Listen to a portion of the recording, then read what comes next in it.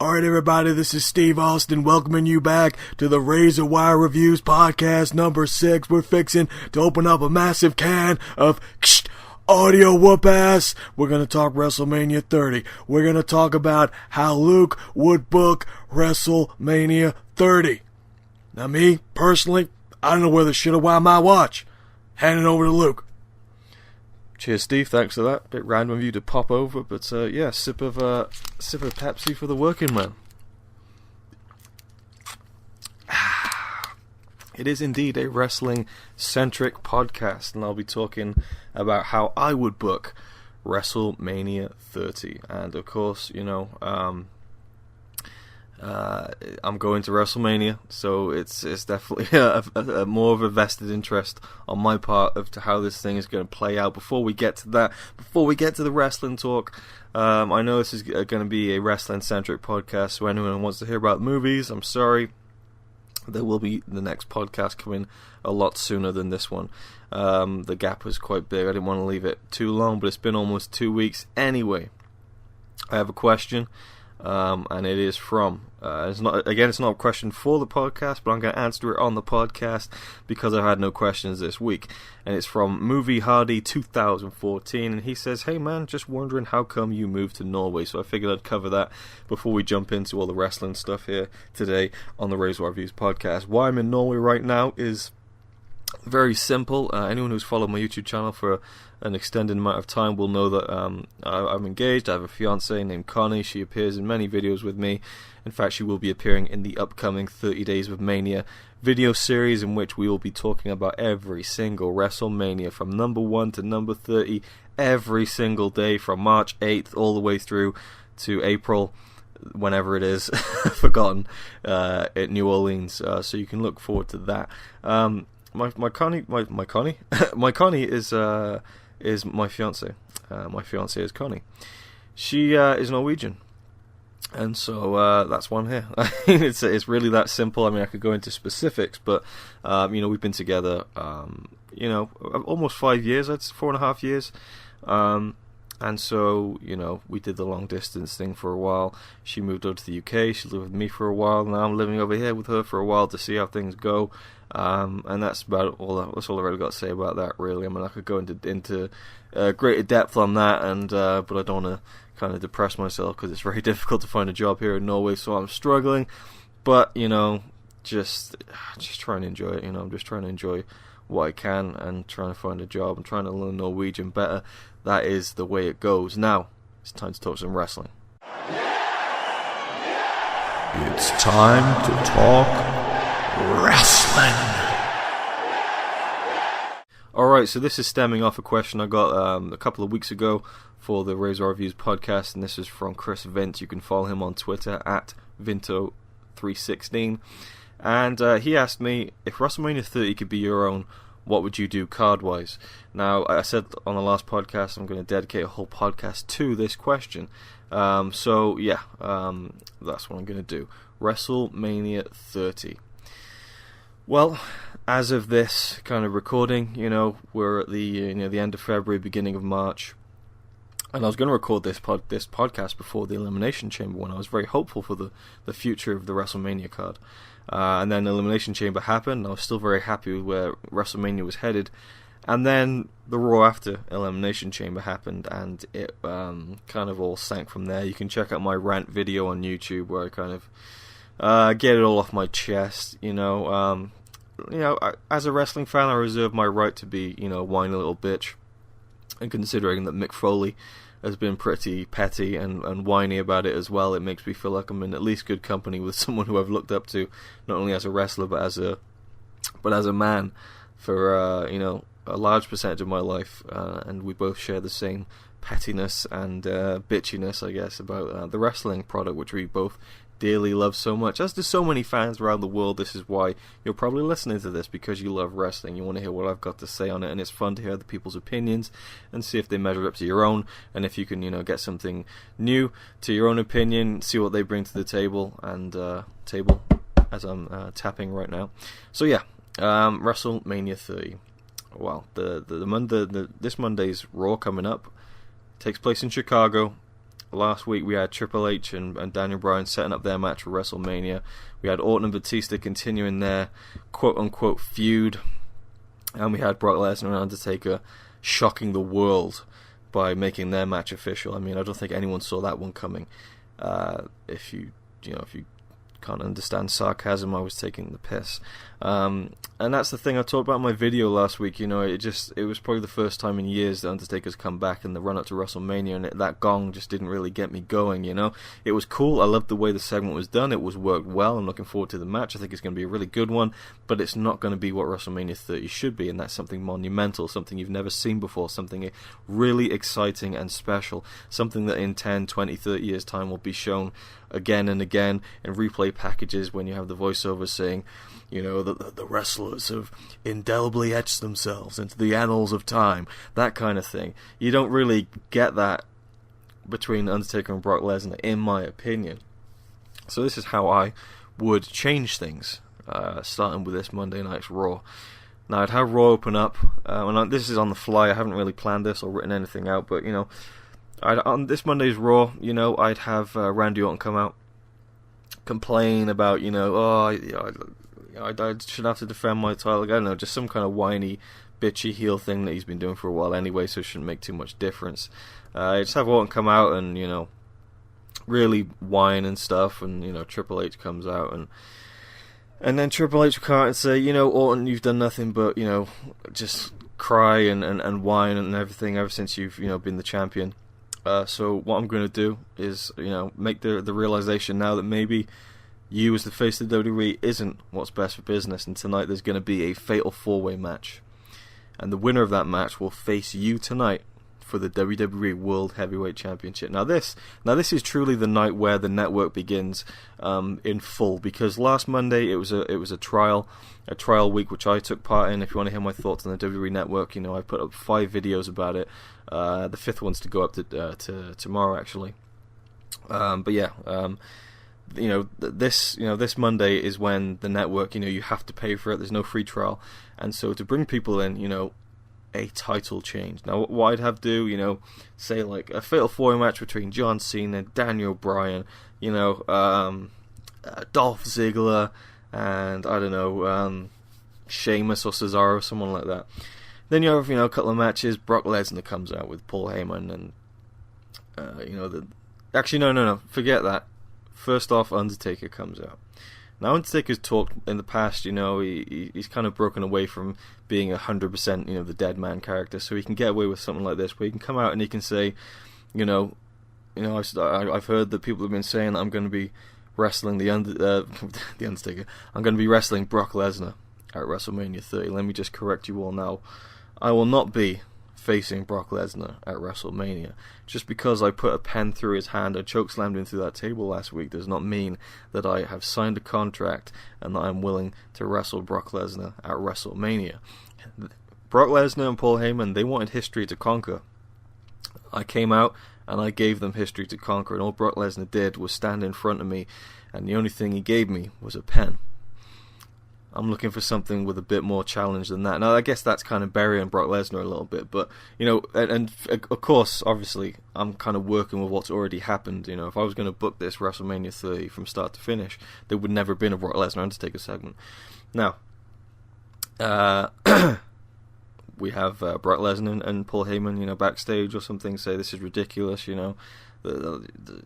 Brock Lesnar should have this match, and so they go to Triple H and they want in on this fatal 4-way match for a shot at the WWE World Heavyweight Championship. Triple H says no, the match has been booked, you can't just change things. Brock Lesnar beats the fuck out of Dolph Ziggler, absolutely annihilates him, throws him through the backstage set, and then Triple H comes out at the beginning of the fatal 4-way match and says my hands are tied. Brock Lesnar is now going to be entered into this match. So you have Cena versus Bryan versus Lesnar and say Sheamus. They have their match. Brock Lesnar wins.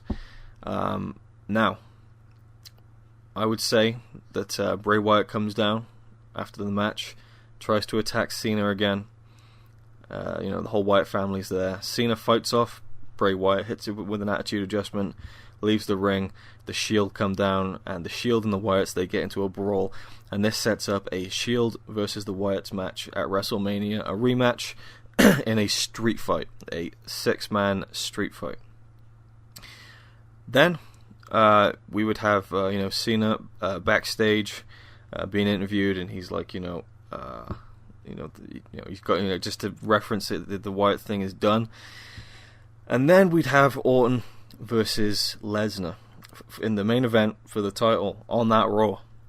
They have a match, it goes back and forth, there's twists and turns, have it be a really good match, give it some time, 20 minutes or so. Triple H comes down. He starts to interfere in Orton's favour. At this point, CM Punk jumps over the barrier from the crowd of Chicago. Crowd loses it. Punk gets in the ring, faces off with Triple H, hits him with a GTS, and then fights him out into the crowd. Triple H fights back, and then they literally brawl their way through the crowd. Lesnar F5 wins the WWE World Heavyweight Championship, and that is where you would set up Brock Lesnar as the champion, and you kind of turn him a bit face as well, I would say, just to kind of, because I think honestly, if it was between Orton and Batista or Lesnar and Batista, people are going to want to get behind Lesnar more than they want to get behind, people are going to want to get behind Lesnar more than they would Orton. So I would have Lesnar as the kind of tweener, who is still a badass heel who beats the fuck out of everyone, but is the face kind of champion who people still cheer for, going against Batista. I'd like to see Lesnar versus Batista. I'd love to see Batista get his ass kicked. And you can have Batista win, the title or whatever you want to do. And then you can set up, for me, what would be surely the match that would kind of just make WrestleMania 30 amazing. John Cena versus The Undertaker. Now you wait a week, and that's when you set that up. And, it could really be as simple as, Cena coming out and saying, enough's enough. I just need to throw this out there. WrestleMania's coming up. I'm not in the title match, but I feel like there's a match that everyone's wanted to see, whether they'll admit it or not, and that's John Cena versus The Undertaker. So I'm calling The Undertaker out now to answer my challenge. Undertaker comes down, and says, I'm not doing that, why would I do it? And Cena's like, I'm the biggest star of this generation. People cheer me for it and they boo me for it. You're the biggest star of the past 2 generations. This is the match that will define WrestleMania 30. This is the match that will define the WWE moving forward. And it's an icon versus, just lather on all that, that stuff. Icon versus icon, legend versus legend, whatever you want to call it, Obviously, Cena wouldn't call himself a legend, but, that kind of thing. And then you kind of get Taker not being sold on it, and then eventually, the match is signed, and then, they can just kind of go gangbusters from there and have an amazing match, and definitely be one of the best atmospheres in the match ever. So, what would you then do? You'd have Triple H and CM Punk, and you would just take this, you'd really give Punk this kind of rebel character where he's not in the WWE, he's not signed, Triple H references that Punk left, he took his ball, he went home, he's a disgrace to the business, he walked out on all the fans, and he walked out on his company, he walked out on his job and his boss. And so Triple H is the boss here, and Punk is the disgruntled employee who's left, or whatever, and Triple H isn't going to sign him again. And so they come to some sort of agreement where Vince comes out, down the line on Raw and says, Punk makes me a lot of money, and at the end of the day, I own the WWE. Now I understand, Triple H, that you've got a certain amount of power now, and that's power that I've given you. So at WrestleMania, I'm going to give CM Punk the chance to get his job back, and it's going to be against you. Punk versus Triple H, and if Punk wins, he gets his job back, something like that. And again, with Punk, was apparently going to leave for good this July anyway. Obviously, this is just fantasy booking anyway, but I think Punk Triple H would be the way to go, and to do it that way where Punk isn't actually part of the WWE, and maybe it's like an unsanctioned match, or it's for Punk getting his job back, something like that. And you could have Punk outside the arena, like a true rebel fan movement kind of thing going on. That would be really cool, I think. Now, where would that leave Daniel Bryan? Well, I think it was before the Royal Rumble, someone suggested the idea that Brock Lesnar was going to kind of win the World Heavyweight Championship at the Elimination Chamber, and that Daniel Bryan was going to win the Royal Rumble, setting up a champion heel Lesnar against a babyface underdog Bryan in the main event of WrestleMania. I think that would have been incredible. It would have been the biggest underdog match. It would have been a big money match. You're talking Brock Lesnar, blockbuster attraction. You're talking Daniel Bryan, one of the hottest guys in wrestling right now. It would have been great, and it would have been a great match as well. They would have beat the shit out of each other. It would have been awesome. So I don't know what I'd do with Bryan. Would I put him in there with Batista and Lesnar? Probably as a triple threat. You could even have Lesnar as the heel champion, Batista as the heel, and Daniel Bryan as the only face. And those two guys are just going to beat Bryan up and then sort it out between themselves. And you just have this back and forth triple threat match, which I actually just watched the Benoit, Shawn Michaels, Triple H triple threat match from WrestleMania 20, and that is an incredible match. Triple threats can really work sometimes, and I think, that could work. And again, there's rumours that they're going to put Bryan in the Orton Batista match. I can't see that happening whatsoever, but if it did, I think it would work as a match. So I guess I'd have to do that, really.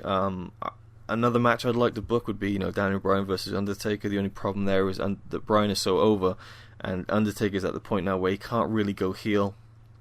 Although if he were to do it, I'd book it with Undertaker kind of going a bit heelish, and kind of saying, that Bryan doesn't deserve a shot, that Bryan hasn't proved himself to anyone, especially The Undertaker, and say the match gets booked somehow. It's not like Undertaker accepts the challenge, it gets done and signed, so he has to do it. And then you have this incredible match where Bryan, just really proves himself to The Undertaker, a la the match that he had with Jeff Hardy in 2002. I thought that was an incredible piece of storytelling that really put Jeff Hardy over like $1 million, and I think they could do the same thing with Daniel Bryan, even though he wouldn't beat the streak. Taker could kind of raise his hand at the end, show him a sign of respect, and that's like a passing of the torch kind of, big rub moment at WrestleMania with The Undertaker, where he doesn't actually have to lose. You don't need to beat The Undertaker to get a rub from him. You don't need to beat someone to kind of come off better from it. It all depends on how you deal with it after the match, how the characters evolve and change from the beginning of the match to the end of the match, and where that relationship ends up at the end of it. Like the Sami Zayn-Cesaro match from NXT Arrival last week, where, Cesaro very much the heel. Every match he had with Sami Zayn, he'd beat him, and he'd scuff his feet behind him as if he's just, piling dirt over him. Doesn't have any respect for Sami Zayn. NXT Arrival, Sami Zayn gave him everything he had, and he won the respect of Cesaro, and that's why he got back in that ring and he hugged him. And even though he completely steamrolled Sami Zayn throughout the last 5 minutes of their match, Sami Zayn came out looking great at the end of it, and so did Cesaro, and that's what great wrestling storytelling is all about. So you could do the Daniel Bryan Undertaker match, and it would also be easier on the Undertaker's body. You got to think with this match at Lesnar, he's going to be getting thrown around a lot, and he's not getting any younger. But there it is. So for me, working with what there is right now, that's how I'd do it. Punk, Triple H, Orton, Bryan, Batista, and Lesnar in a three-way. Or you could, I don't know. I mean, you could just, I suppose, just do Bryan, Orton, Batista. I don't know. Let's just stick with what I've come up with. Main event: Lesnar, the champion, defending against Batista and Bryan. John Cena versus Undertaker, the biggest match of the past 5 years. The Shield versus the Wyatts in the Street Fight 6-man match. CM Punk versus Triple H. There's your 4 massive matches. It would all be incredible. I'd add an NXT match of Adrian Neville defending his NXT championship against Sami Zayn. I would have I'd have Cody Rhodes against Goldust. I want to see that match. It's just one of those things that has been discussed so much now, it probably won't happen. But there you go. What else would I like to see at WrestleMania? I'd like to see a Piper's Pit with Hulk Hogan and Stone Cold Steve Austin. You have Piper there, who was there at the beginning. Introduce 2 of the guys who were the biggest stars in WrestleMania history. In fact, you could even go the whole hog and have fucking Hogan, Austin, Brett, and Shawn. That's 4 of the biggest WrestleMania competitors ever. and have them all in the ring, and oh well, maybe that'd be overkill. But say Austin and Hogan, they could do some back and forth between each other, between Piper, end it with a stunner or something, just a bit of fun that kind of brings out the people from the past who really made WrestleMania what it is today. As it is, I think what they'll do with Hogan is he'll just kind of open the show and be like, welcome to WrestleMania, brother. And then he'll be backstage and be like, let me tell you something, brother. I was here 30 years ago, brother. And then, I don't know. I was going to say Mae Young then, but she's not, she's sadly passed away. They'll have some kind of stupid comedy skit backstage, and that'll probably be it, really. But I'd like to see Hogan out there, in the ring for the crowd to kind of acknowledge him and everything he's done. And I definitely think Piper should be there. He wants to be there. He is aggressively campaigning to be there on Twitter. So, yeah, it is what it is. Now, I threw out a tweet earlier to see if anyone had any wrestling questions for me. I guess it was quite short notice. But anyway, that's my answer to your question, Chris, Vint. So, hope it was satisfactory and you enjoyed it. Now, before I wrap this up, I want to talk about CM Punk and whether he'll return on Raw this Monday. Apparently there's been, rumors saying that he is actually going to be there, and that Dave Meltzer said it's a very high possibility he's going to be there. Jim Ross has said, I think it's going to be 55-45 that he's going to be there. Now I'm wondering what they're going to do with CM Punk if he does come back. The word is Vince wanted him back, Triple H was done with him. I can understand that. My thoughts on the whole CM Punk thing, I think it's a very selfish thing that he did. But by the time he left, 60,000 people had paid to go to WrestleMania, and you got to think that a large percentage of that fan base were fans of CM Punk and were paying to see him at WrestleMania. He's walking out on fans who are paying to see him, and he should have just stuck it out, or just been a bit of a dick about it and said, "Look, Vince, I have to take some time off before Mania because my body's in a state. I'm sorry, but I'll make the date I'm supposed to be." There could have been a compromise, but instead he just went home, and Stone Cold did that, 10 years ago, 12 years ago, and has always said it's the biggest regret he's ever had in his wrestling career. He never would have done it, if he had a second chance. Punk isn't learning from, Austin's mistakes. He's doing things the way that he wants to do them, and that's the way he is. He's true to himself. You can't take that away from him, and I do understand the frustration of not only his direction, but the direction of the WWE in general. I won't edit that out. I was just getting a bit tongue-tied then. Yeah, the direction of the WWE in general, I don't blame Punk being unhappy with it.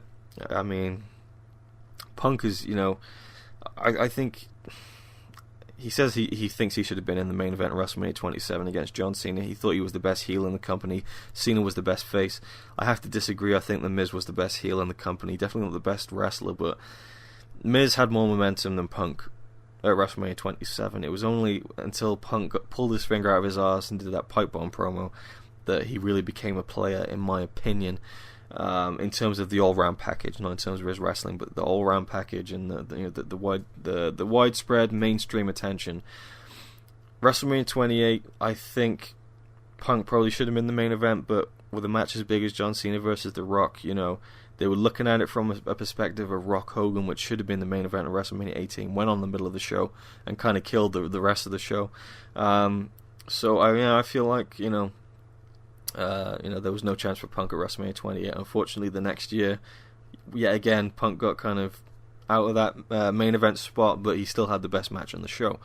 And that's what I think Punk really needs to concentrate on. But, apparently he's dead set on having a main event match at WrestleMania. And yet again, WrestleMania 30, for him, what would be the first, second, third, the fourth WrestleMania in a row, where he feels like he deserves it and he's not getting it, and it's going to Batista. Now, I can see, his frustration with losing out in a main event spot at WrestleMania to The Rock. When it comes to Batista, that's got to really sting, Batista's not The Rock, as much as he thinks he is, or as much as he wants to be, as much as the company wants him to be The Rock right now, he's not The Rock, and the fan reception so far has been very indicative of that, I think. But, I think if Punk came in now on the proviso that he gets the main event of Mania and gets put in the title match, I think that's bullshit. I think Bryan deserves that spot. It's a spot he's worked for. It's a spot that he really earned a long time ago and really needs to be in, but he won't be. He'll be in a match against Triple H where he'll probably lose, in my opinion.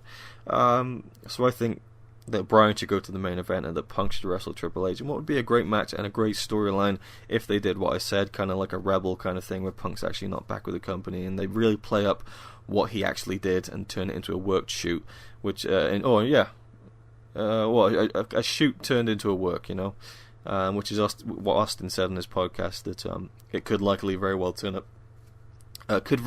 likely end up turning into. So there you go. There's my thoughts on WrestleMania 3, how I would book it, given what there is on the table right now. Thank you for listening. If you have any questions for any future podcast, always feel free to tweet me at RazorwireRyan on Twitter, or you can leave me a question, as always, in the comment section.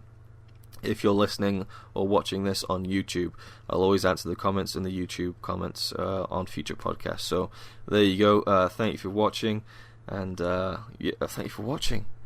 Oh God, see, I've made 3 videos earlier today, so I'm just used to kind of churning that phrase out. I'll leave that in as well. This is what the Razor Review Podcast is all about. There's flubs, fuck ups, and clusterfucks all rolled into one, and no real edits, mainly because I can't be bothered, and because I got 3 videos to get up today as well. So there you go. Thank you for listening, and I won't see you next time. I won't even hear you next time. You'll hear me next time, if anything. So